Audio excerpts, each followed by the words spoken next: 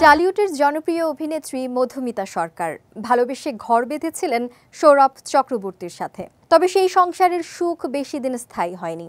2019 সালে দাম্পত্য জীবনের ইতি টানেন মধুমিতা সৌরভ। তবে বিবাহ বিচ্ছেদ হয়ে যাওয়ার পরেও সিঁথিতে সিঁদুর পরতে দেখা যায় মধুমিতাকে। সিঁদুর পরে তোলা ছবিও নিয়মিত পোস্ট করেন সামাজিক যোগাযোগ মাধ্যমে। অভিনেত্রী সেসব ছবি দেখে অবাক তার ভক্তরাও। নেটিজেনদের অনেকে প্রশ্ন তুলেছেন, সৌরভের সঙ্গে কি এখনো বিবাহ বিচ্ছেদ ঘটেনি, নাকি গোপনে ফের বিয়ে করেছেন মধুমিতা? সম্প্রতি বিষয়টি নিয়ে গণমাধ্যমের সঙ্গে কথা বলেছেন মধুমিতা সরকার। তিনি বলেন, প্রথমেই জানিয়ে দেই, আমি কিন্তু সৌরভ চক্রবর্তীর নামে সিঁদুর পরছি না। আমি ঈশ্বরে বিশ্বাসী, শিবের ভক্ত।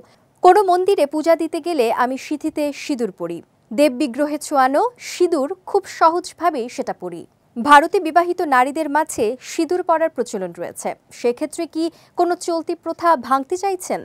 এ প্রশ্নের জবাবে মধুমিতা সরকার বলেন, আমি আমার ধর্মে বিশ্বাসী, কোনো প্রথা ভাঙতে চাই না। আমি মনে করি সিঁদুর কোনো ছেলে খেলার জিনিস নয়। বিবাহিত নারীদেরকেই কেবল সিঁদুর পরা উচিত। আমি সেটার সম্মানও করি।